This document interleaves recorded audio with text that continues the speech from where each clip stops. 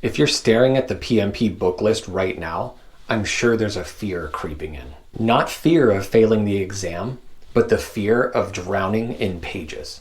Thousands of them. And in the back of your mind, I'm sure you're thinking, am I supposed to memorize all of this? Let me answer that clearly. No.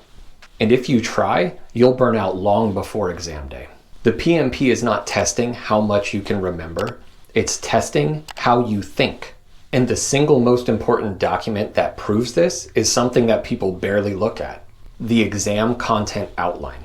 This matters more than any book. The exam content outline, often called the ECO, is the document that defines what the PMP actually tests. Not the PMBOK, not the prep course, the ECO.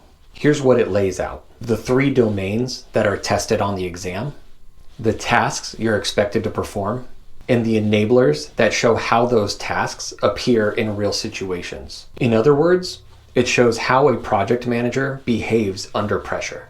You can find the ECO on the PMI website on the PMP certification page.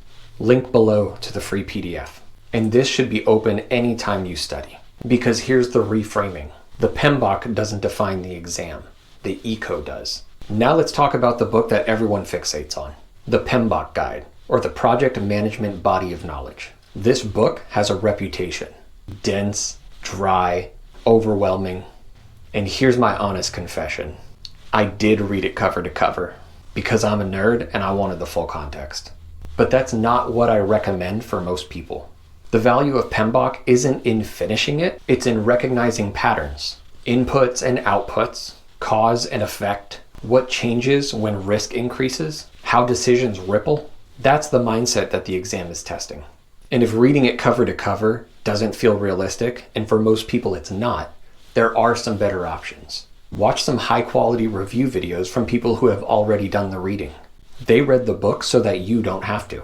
Once they're available, I'll be linking videos in the description for walking through the following texts: PMBOK 8, the Agile Practice Guide, and also other PMI resources. With these, you can absorb the thinking without drowning in pages. So now let's talk about the book that a lot of people underestimate, the Agile Practice Guide.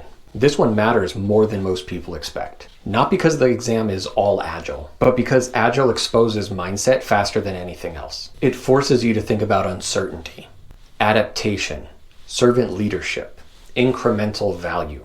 If you're used to controlling everything up front, this book will stretch you. And that stretch shows up directly on the exam.